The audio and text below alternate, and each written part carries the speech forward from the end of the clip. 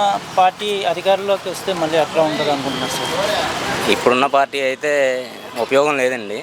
ఎందుకంటే సంక్షేమ పథకాలు అని చెప్పేసి అది వేస్తున్నారు కానీ ఓకే. కొంతమందికి మాత్రమే, అది కూడా బిలో ప్రావర్టీ లైన్ ఉన్న వాళ్ళకి 100% అందట్లా. ఓకే. అందులో 50% లేకపోతే 30% మందికి అమ్ముతున్నారు. అందుతుని ఆ పేరు చెప్పుకొని అందరికీ ఇస్తున్నాం అని చెప్పేసి అంటున్నారు. ఓకే. ఇంకోటి ఏంటంటే అభివృద్ధి లేదు రాష్ట్రానికి. ఏదో ఉచిత పప్పు బెల్లాలాగా పంచి పెడుతున్నారు తప్ప ఒక ఇండస్ట్రీలు తేవడం కానీ లేకపోతే ఈ పరిశ్రమలు కానీ ఏవి లేకుండా నిరుద్యోగం ఎక్కువ పెరిగిపోయింది. మాలాంటి వాళ్ళు ఇప్పుడు స్టూడెంట్స్ కానీ లేకపోతే మాలాంటి ఏజ్లో ఉన్న వాళ్ళు కానీ చదువుకోవటం అయితే చదువుకుంటున్నాం. బట్ ఎక్కడికో వెళ్ళిపోయి బెంగళూరు కానీ హైదరాబాద్కి వెళ్ళి ఉద్యోగాలు చేయాల్సి వస్తుంది. ఎక్కడే మనకి ఇండస్ట్రీలు ఉంటే సాఫ్ట్వేర్ కంపెనీస్ అనేవి అవి ఉంటే ఇక్కడే చేసుకుంటాం కదా, అంత దూరం వెళ్ళాం కదా. అది తర్వాత అధికారం ఏమన్నా మారితే అన్నా మీకు ఏమన్నా ఉద్యోగాలు వచ్చే అవకాశాలు ఏమన్నా? ఖచ్చితంగా. ఎందుకంటే ఒక విజనరీ ఉన్న లీడర్ని మనం ఎంచుకుంటే కనుక ఖచ్చితంగా డెవలప్మెంట్ అయ్యిద్ది మన స్టేటు. అది మన ఎంపీ కేశినేని నాని గారు వైఎస్ఆర్సీపీలోకి ఇదయ్యారు కదా, దానిపైన మీ అభిప్రాయం సార్? వ్యక్తిగతంగా నాని గారు మంచి వర్కర్ అండి. కాకపోతే ఏంటంటే ఆ పార్టీలోకి వెళ్ళి తప్పు చేశారని అనుకుంటున్నాను నేనైతే. అది వర్క్ పరంగా మాత్రం మంచిదే, ఎందుకంటే ఆయన చేయగలడు వర్క్, బట్ ఆ పార్టీ చేయనీది కదా, కనీసం రోడ్లు కూడా వేయనీది కదా. అదే మీ యొక్క అభిప్రాయం మాకు తెలుస్తుంది కదా, జనాలందరూ అభిప్రాయం ఏంటి సార్? ఇక్కడ ఉన్న ఎమ్మెల్యే గారు మాకైతే గద్దే రామ్మోహన్ రావు గారండి. గద్దే రామ్మోహన్ రావు గారు అంటే తెలిసిందే. ఆయన ఏంటంటే ఏ పని దగ్గరికి వెళ్ళినా సరే అవసరం వచ్చి ఆయన డెఫినెట్గా మనకి చేస్తారు. మంచిగా రెస్పాండ్ అవుతారు.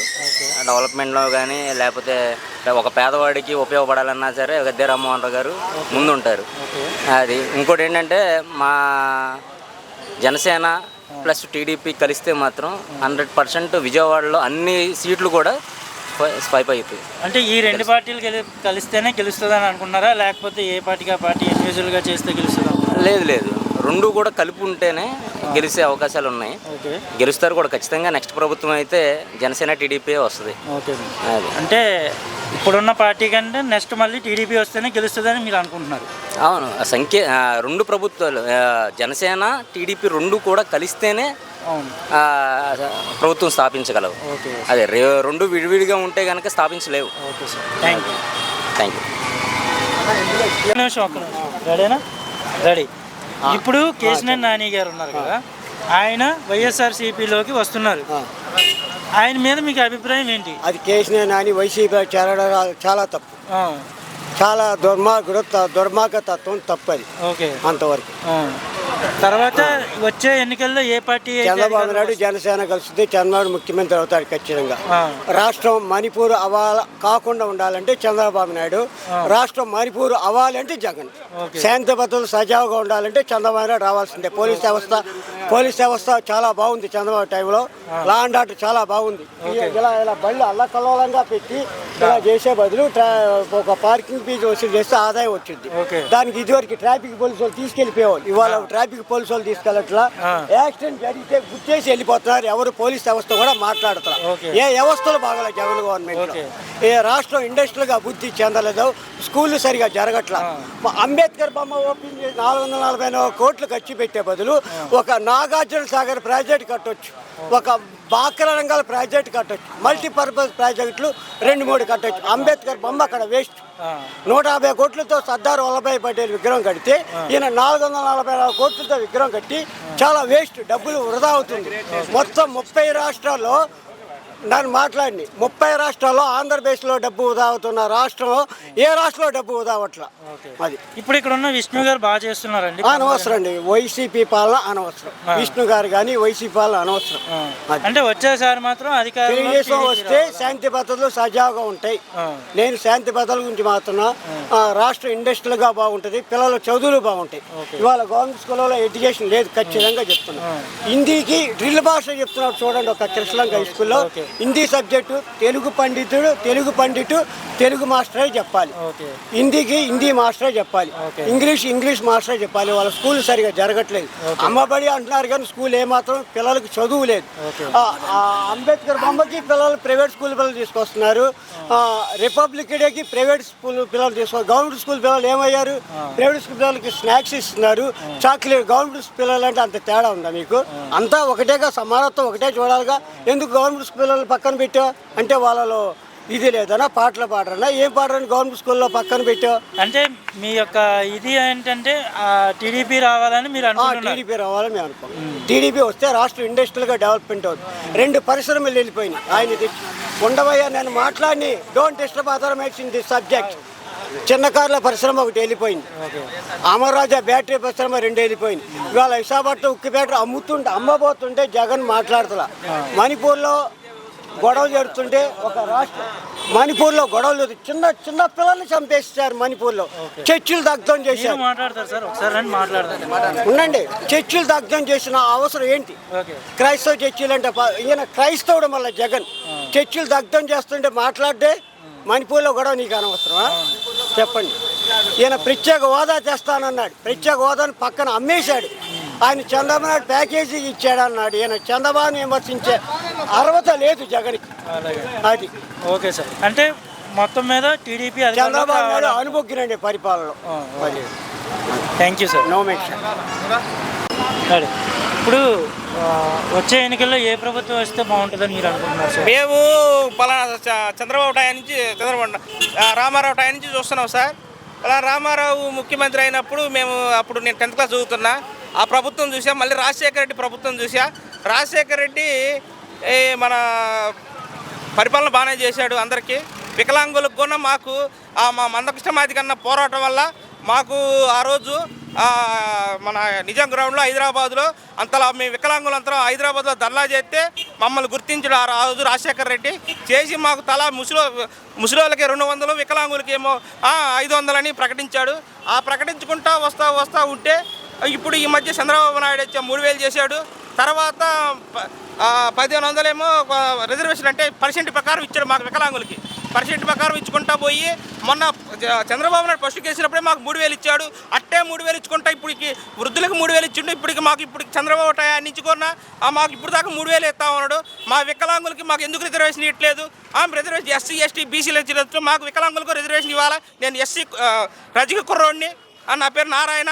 నేను మాట్లాడుతున్న స్టేట్ లీడర్ని, వికలాంగుల లీడర్ని. ఎందుకంటే మా వికలాంగుల గురించి ఎందుకు పట్టించుకోవట్లా? ఏ ప్రభుత్వం పట్టించుకోవట్లా? ఒక తెలుగుదేశం పట్టించుకోవట్లా, ఒక వైఎస్ఆర్ పార్టీ పట్టించుకోవట్లా. ఈ ప్రభుత్వం మాకు ఏం నచ్చట్లేదు. రెండే మాకు ఏదైనా కొత్త ప్రభుత్వం వస్తే మాకు న్యాయం జరుగుతుంది అనుకుంటున్నాం. ఈ తెలుగుదేశం మాకు నచ్చలే, ఈ వైఎస్ఆర్సీపీ జగన్మోహన్ రెడ్డి వైఎస్ఆర్సీపీ పార్టీ మాకు నచ్చలే. ఎందుకంటే మా వికలాంగుల గురించి మాకు ఇప్పుడు 90,000 పింఛన్లు తీసేసిండు. చట్టసభల్లో మాకు 90,000 పింఛన్లు తీసేసిండు. ఇప్పుడు ఏ ప్రభుత్వం తీసేయాలి? చంద్రబాబు తీసేయాలా, రామారావు తీసేయాలా? ఈ యొక్క సిస్టమ్స్ పెట్టి కారు ఉందని అది ఉందని మా వికలాంగులు 90,000 పింఛన్లు తీసేసిండు. దేనికి తీసేసిండు? 30 ఎప్పటి నుంచో రామారావు పుట్టినప్పటి నుంచి వస్తారు పింఛను. నిన్నగాక మొన్న ఎక్కి వాళ్ళు రాజశేఖర రెడ్డి తీసేయాలి పింఛను. నిన్నగాక మొన్న ఎక్కిండు మా పింఛన్లు వికలాంగుల పింఛన్లు తీసేస్తాడు. తీసేసి దానికి ఎవరికి అధికారం? ఒక 5 ఏళ్ళు ఉంటే ఉంటాడు, లేకపోతే రేపు తీసేస్తా ఇంకో ప్రభుత్వం వస్తుంది. తీసేసే అధికారం మీకు ఎవరు ఇలా ఇస్తే లేకపోతే కంటిన్యూ చేయి. అంతేగాని వికలాంగులకి ఎవడో ఉద్యోగం ఉంది, మీ అబ్బకి ఉద్యోగం ఉంది, మీ నాయనకి కారు ఉంది, దొంగ సర్టిఫికెట్లు ఇస్తున్నారు.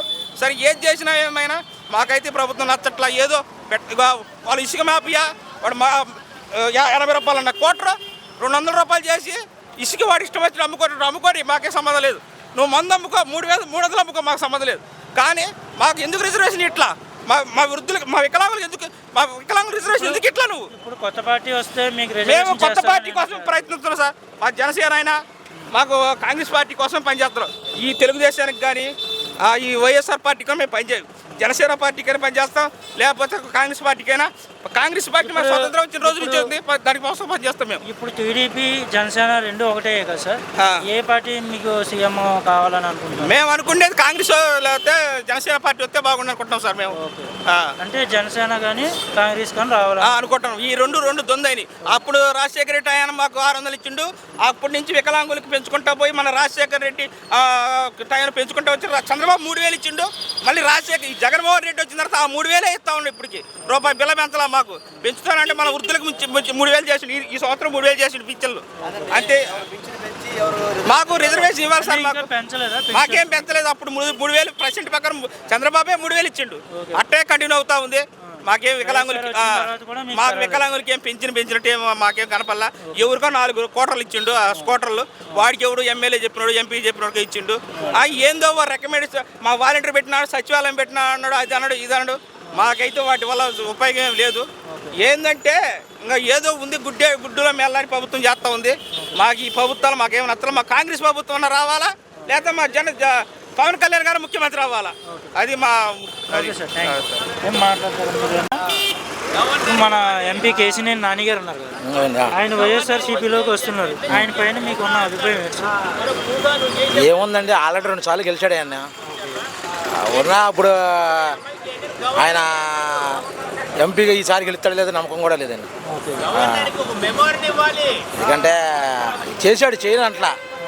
ఇప్పుడు నెక్స్ట్ గవర్నమెంట్ మారిపోయానండి. ఇష్యూ అయితే ఓకే పక్కాగా. అంటే తర్వాత వచ్చే ఎన్నికల్లో ఏ పార్టీ అయితే వస్తుందన్న? టీడీపీ గవర్నమెంట్ ఫామ్ చేసిద్దండి. ఎందుకని సార్? లేదండి, జగన్ మీద వ్యతిరేకత చాలా వచ్చేసింది కాబట్టి.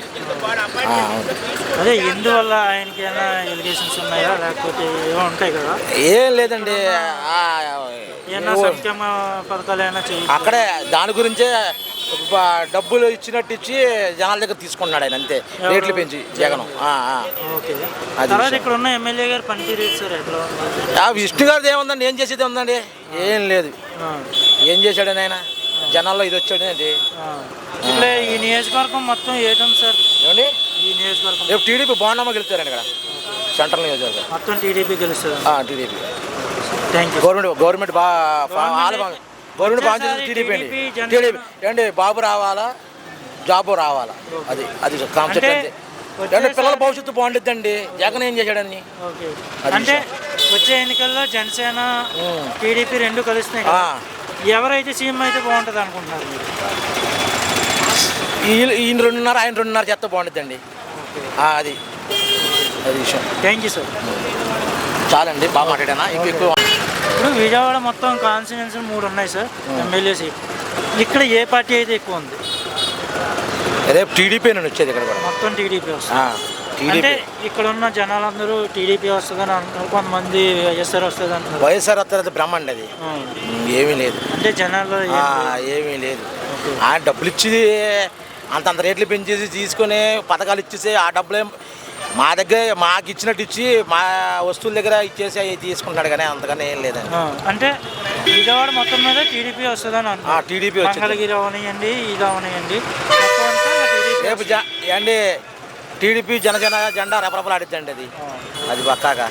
నేను పార్టీ మనిషిని కాదు, ఏం మనిషిని కాదు. అంటే గవర్నమెంట్ టీడీపీ ఫామ్ చేస్తుంది. గవర్నమెంట్ ఫామ్ చేసేది అదే విషయం. అది ఇంకా స్టేట్ మొత్తం అదే. Okay sir.